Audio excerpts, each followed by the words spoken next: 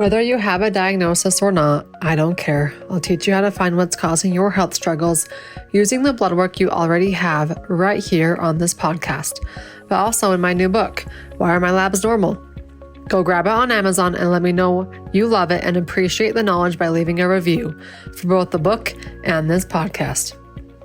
Practitioners, you can now register for the In This Together live event with me in Orlando, Florida, February 20th, 21st, and 22nd. Grab the link to register below, get all the details, and know that we're in this together. We're going to celebrate you at this event, and I'm going to bring in the best mindset, marketing, and business experts. But more importantly, I can't wait to meet you in person and give you the biggest hug. See you in Orlando in February 20th, 21st, and 22nd. If you haven't started using Systemic Formulas supplements yet, you should be. Go to systemicformulas.com and mybiome.com, MYBYOME, to learn more. You can also come join me inside their private Facebook group for practitioners called Systemic Formulas Clinical Nutrition. Everyone else can learn more about them and their amazing supplements and their amazing results on Systemic Formulas Instagram page. All right, let's get started, and happy holidays.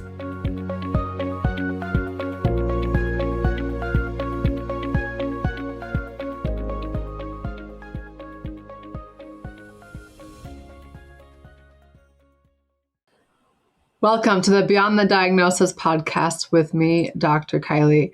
We're going to talk about mold today, mold and chronic fatigue syndrome. So if you want more energy, you think you might have been exposed or are experiencing exposure to mold, stay tuned because Erik Johnson is here to help us. Erik, tell us a little bit about your background if you wouldn't mind. Well, howdy from Incline Village, Nevada, ground zero for chronic fatigue syndrome. I'm actually walking distance away from Dr. Paul Cheney's office, where he called the CDC for help back in 1985 over clusters of sick people in sick buildings that he couldn't explain. Mm-hmm. There was a flu going through, and this flu got to be known as the yuppie flu. It's quite famous all over the world. But what the CDC and Dr. Cheney didn't recognize at the time was that the clusters of people were all occurring in sick buildings. They noted this. They actually wrote it down, and it appeared in several newspapers.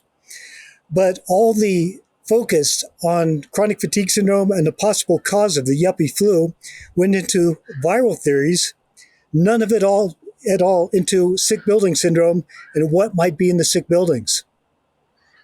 And he called the CDC. Did they care? What did they do back in the 1980s? Well, there was a weird flu going all the way across the U.S. at that time. And this got to be known as the chronic Epstein-Barr virus syndrome because it reactivated EBV. They never really found a cause for that. But when this thing struck at North Lake Tahoe, it didn't fit the EBV syndrome because the incubation period for EBV is over a month, whereas the Tahoe flu had a 4 to 7 day incubation period, and it swept through like lightning. So it wasn't quite the same thing. When Dr. Cheney and Dr. Peterson started doing EBV serology tests, they found active Epstein-Barr virus patients in people, but it didn't explain the wildfire spread that didn't match the incubation period. So Dr. Cheney called the Center for Disease Control for help trying to solve this mystery. And? They were intrigued by this. It didn't make sense because obviously if it spreads faster than EBV can possibly do, that rules it out. But the EBV serology test that had just been unleashed at this time was very compelling. It showed that people really did have parameters that matched the EBV syndrome. So what was the deal? They finally sent two CDC epidemiologists out, John Kaplan and Gary Holmes. And there's a lot of misconception over what the CDC was here to do, because people thought they were here to solve the mystery, find out why so many hundreds of people all got sick in a small town at the same time. And that's not really what their mission was. It was only to find out if this was an outbreak of EBV syndrome and if Epstein-Barr virus had mutated and was causing a new disease with a faster incubation period than anywhere seen before. So Dr. Holmes spent a couple of weeks looking over the EBV serology test, concluded that there was evidence for an active EBV type syndrome, except EBV could not possibly be the cause. So he wrote up an abstract on this called the Tahoe study. He presented this at a meeting in Atlanta, Georgia, at CDC headquarters, when they were trying to figure out what to do about these outbreaks, what they were trying to do about the EBV syndrome and about these outbreaks that didn't fit.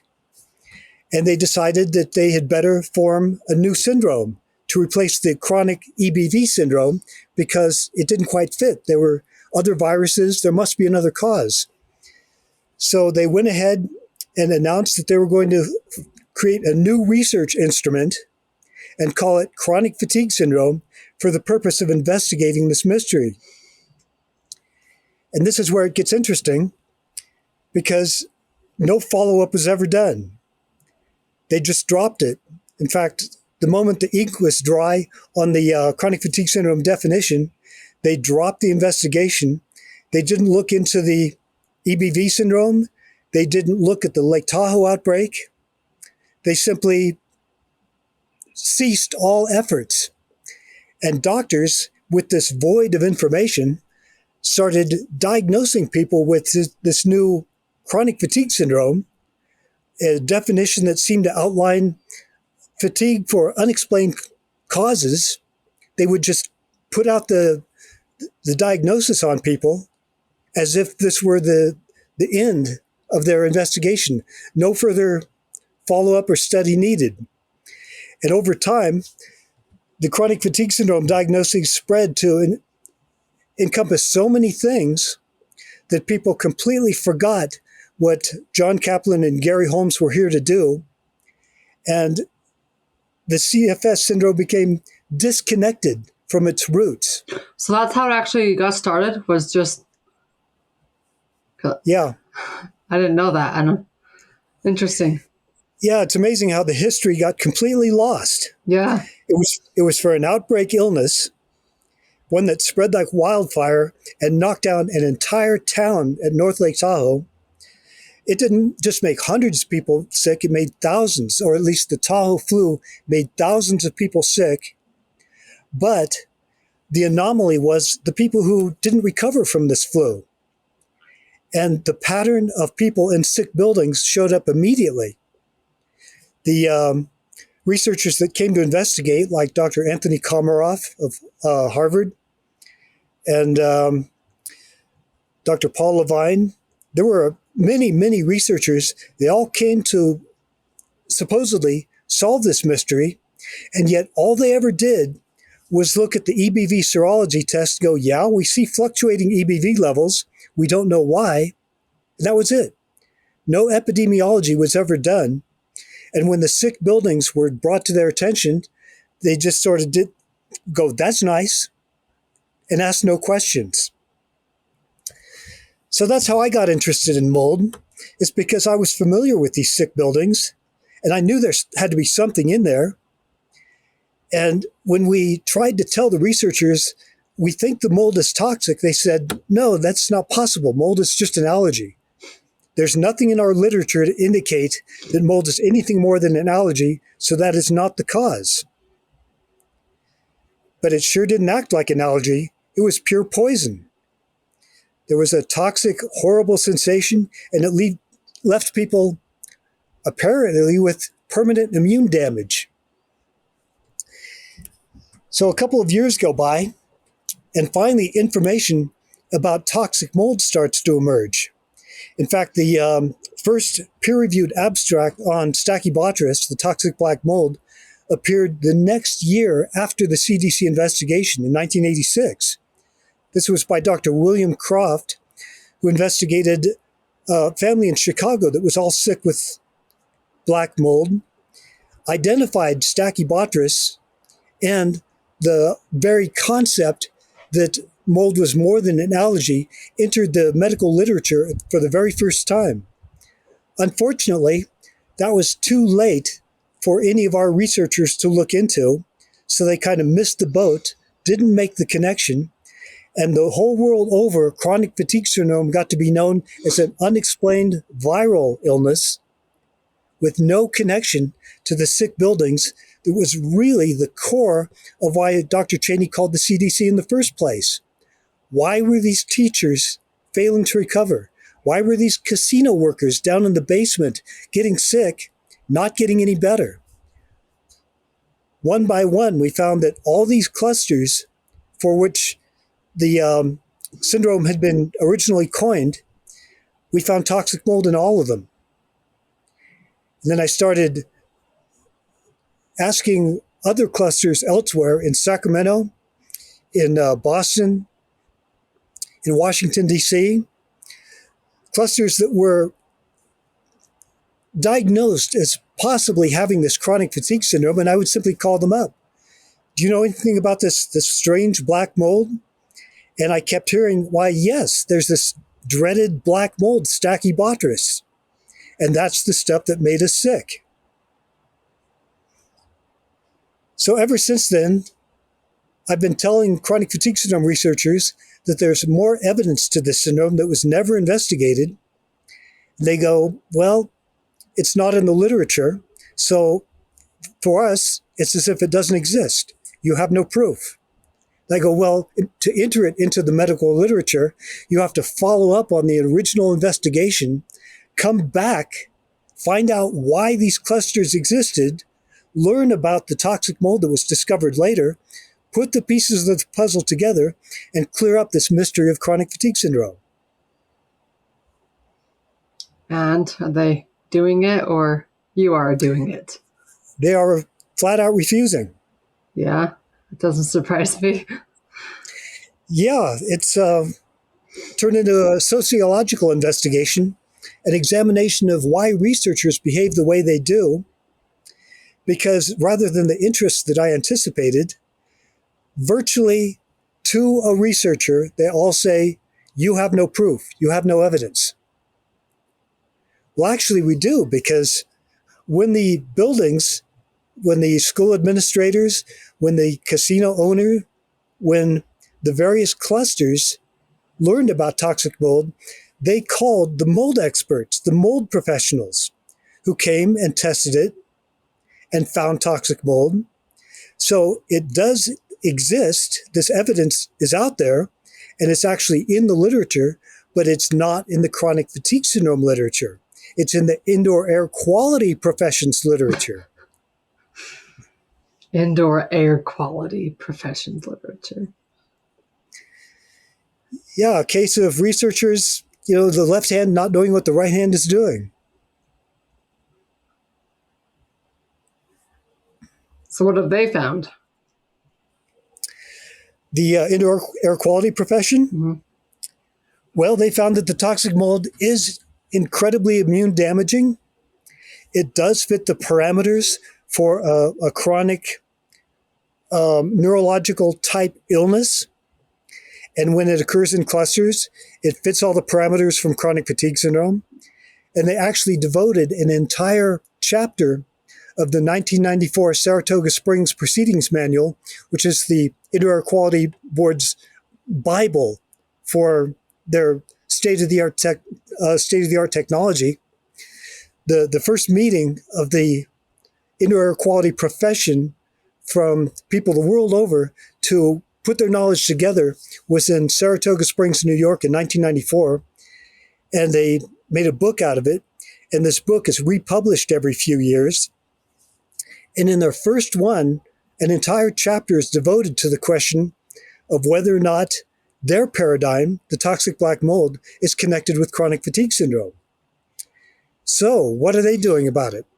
I called them up and said, well, as a prototype for chronic fatigue syndrome and somebody who's familiar with these buildings and the history of the development of this paradigm, I can assure you that we did indeed find Stachybotrys in those very locations.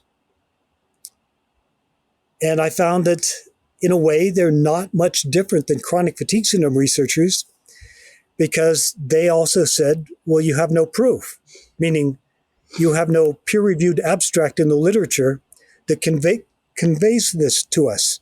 And I go, well, of course not. You would have to follow up and write that paper in order for you to have it. Has it And they ever don't seem been to see the done? logic of that. No, it's like a catch-22.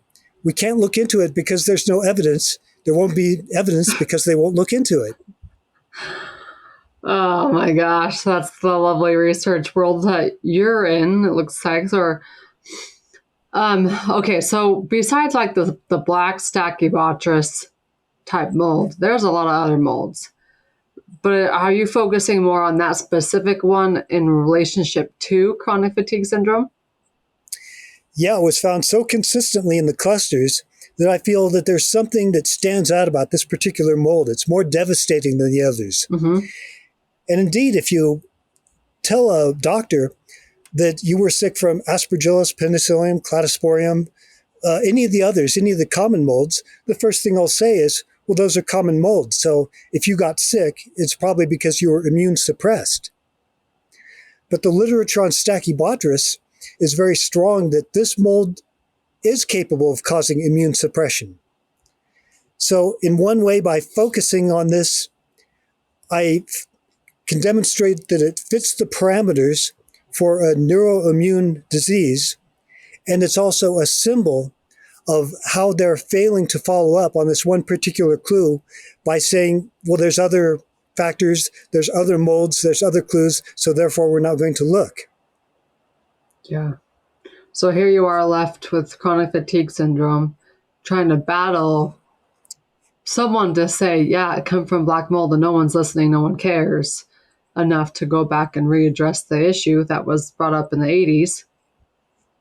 Now, say, because the listeners are smart and I talk about mold all the time, what do you do if you've been exposed?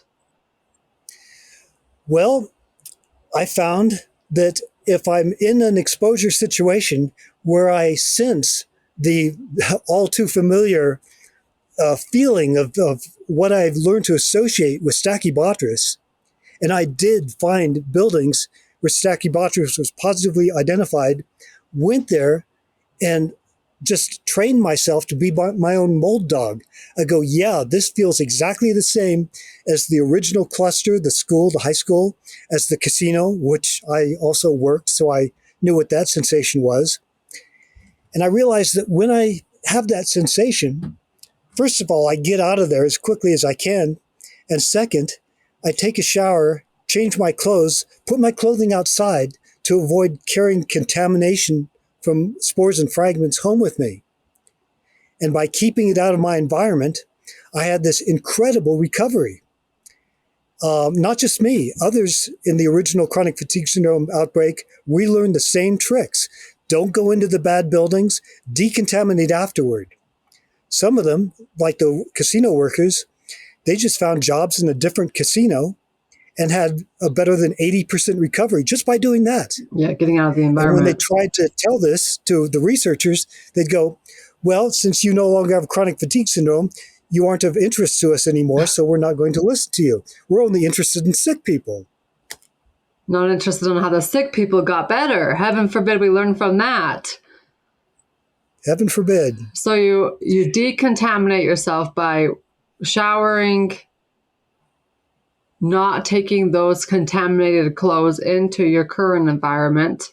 And I know this can be very extensive too, as far as mold remediation. Like I've heard of individuals having to completely scratch their entire wardrobe, buy a new house, not bring anything with them, so they have to start fresh because of the chronic mold in their bodies that they're constantly trying to detox. I was in that exact situation. I found the toxic black mold in my house, and this was before there were mold experts, mold testers. I had to hire a mycologist to drive up from Sacramento, cost me vast amounts of money. And I said, here's what I want you to do. I'm going to go around to different mold colonies and disturb them because I know not all molds bother me, but some particular type of mold does. And when we find the mold that bothers me, it'll knock me flat, and I want you to identify it for me. So And that's this what is we in did. your own house, or is this in contaminated buildings?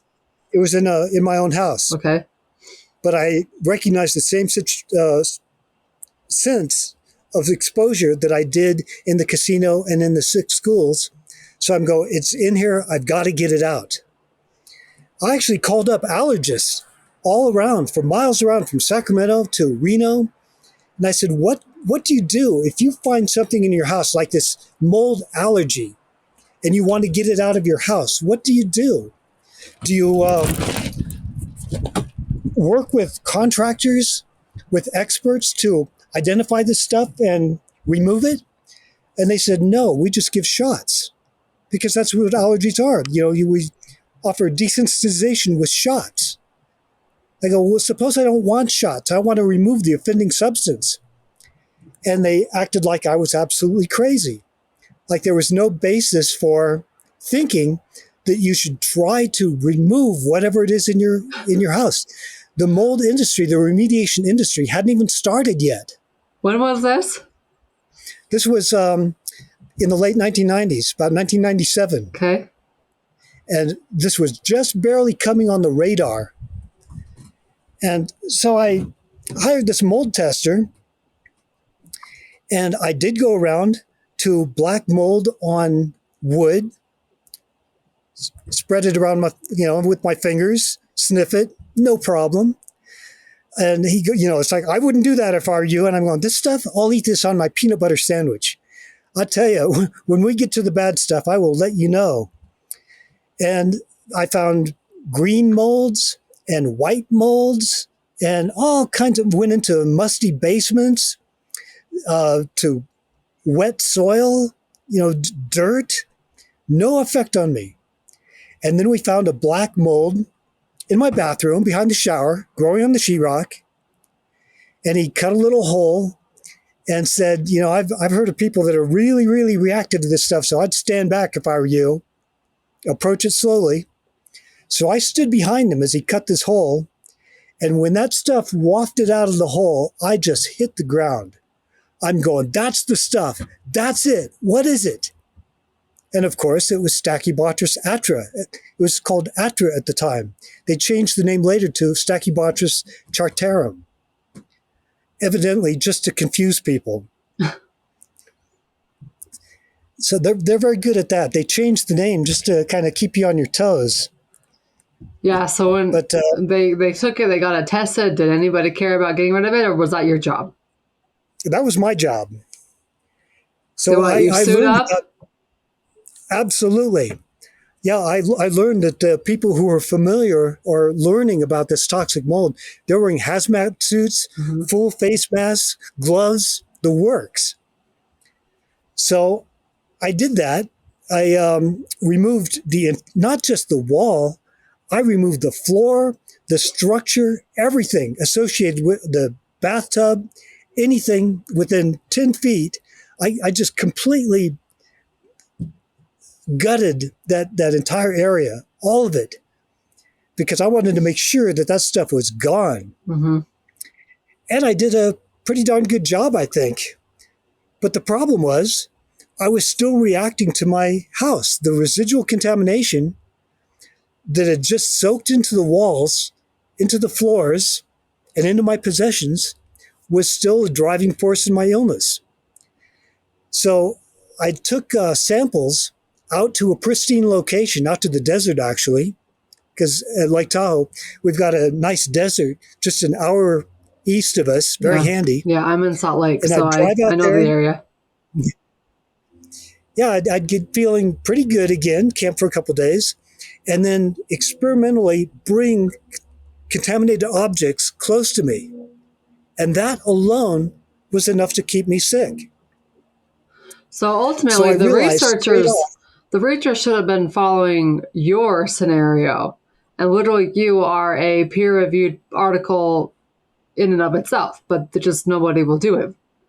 So you're on your own. All right. And as a prototype for the syndrome, I mean somebody who was used by Dr. Gary Holmes. They lifted my symptoms, my signs right out of my medical chart to serve as a matrix for this new syndrome. Basically, this makes me qualified to ask or even demand that this research be done.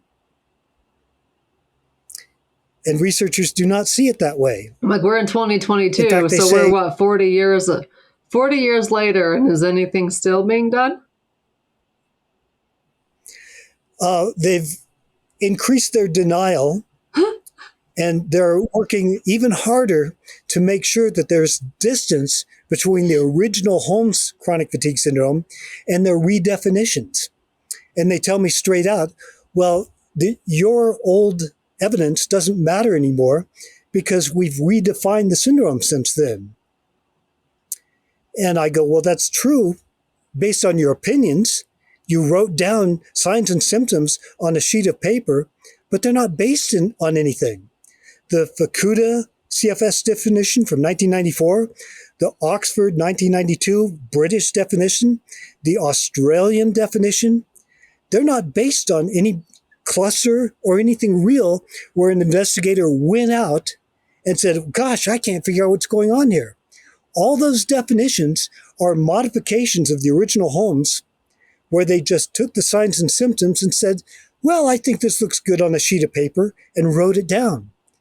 The Holmes definition is the only one that was based on real people from a real outbreak with real buildings where you can go back and find out exactly what happened. What's that definition? Pardon? What is that definition of chronic fatigue syndrome? It's the original Holmes, Gary Holmes, 1988 chronic fatigue syndrome definition. Do you know it off the top of your head? Well, no, there's quite a bit to it. But you can look it up online, and it explains in the preamble why this definition was coined. It was because the chronic Epstein-Barr virus syndrome had been cast into doubt by Dr. Cheney and myself. We actually provided the evidence that something was wrong with that theory. And the Holmes study, upon which this CFS syndrome is based, this was an abstract written in 1987 on Truckee High School, on the teachers, the specific teachers, not just in a sick building, in one sick teacher's lounge. One lounge. 9 teachers got sick in a single room. This was at Truckee High School. Now, you'd think it'd be very simple for a scientist to conceive of the idea, if they all got sick in one room, you could go and look in that one room and find out what's different between that one room and the rest of the school. Yeah, but that's not good for pharma. Pharma can't fix that. I guess it's not good for the idea that you can apply for grant funding to study an unknown syndrome, because this would be too easy. Yeah. So that's been my experience, is they're actually going out of their way to keep chronic fatigue syndrome as an unsolved, wide open entity to serve as a vehicle for their own ambitions of getting grant funding. Not to mention those who get diagnosed with chronic fatigue syndrome. I mean, what do they do for treatment? Nothing. If you have a doctor who believes in the old reactivated EBV theory, then they'll give you antivirals for active Epstein-Barr virus. But are they looking for why that EBV was reactivated? No, they're not. I love these correlations we're making. I talk a lot about mold and I talk a lot about viruses and EBV on this podcast. Because in the blood work, you can look for, in the blood work, you can look for viruses. It's monocyte count and lymphocyte count. If your lymphocyte count is over 30%, you're having an active virus. If your monocyte count is over 7%, it's also considered a low-grade active virus. If we go over like 12, 13, 14%, now we're looking at possibly a positive Epstein-Barr virus test. Now, after the conversation you and I are just having, is it Epstein-Barr virus or is it some reaction from mold? Well, when Dr. Cheney was using this new Nichols Epstein-Barr virus serology test, it not only included the elevated EBV antibodies, viral capsid antigen and EBV early antigen, but also Epstein-Barr virus nuclear antigen, which is supposed to be elevated. After you get EBV once, your Epstein-Barr virus nuclear antigen is supposed to be elevated and stay that way for life. That's what keeps it in restraint. And what Dr. Cheney found is in the people that had fluctuating EBV levels, even if they had a prior infection, their EBV nuclear antigen was depressed, artificially low. So this let us know that something was suppressing immune function, an agent X, we don't know what. But then Dr. Cheney said, wow, in fact, the reason why I got selected as a prototype for this new syndrome is Dr. Cheney called me into his office one day and he says, look at your test. And he points down, EBV negative, completely negative. He was so excited that he circled it, underlined it twice. He was incredibly excited about this. I was devastated because I thought, oh no, I was hoping to get treatment for this EBV syndrome. And you just blew that theory all to hell. And he goes, you don't have Epstein-Barr virus. I need your blood.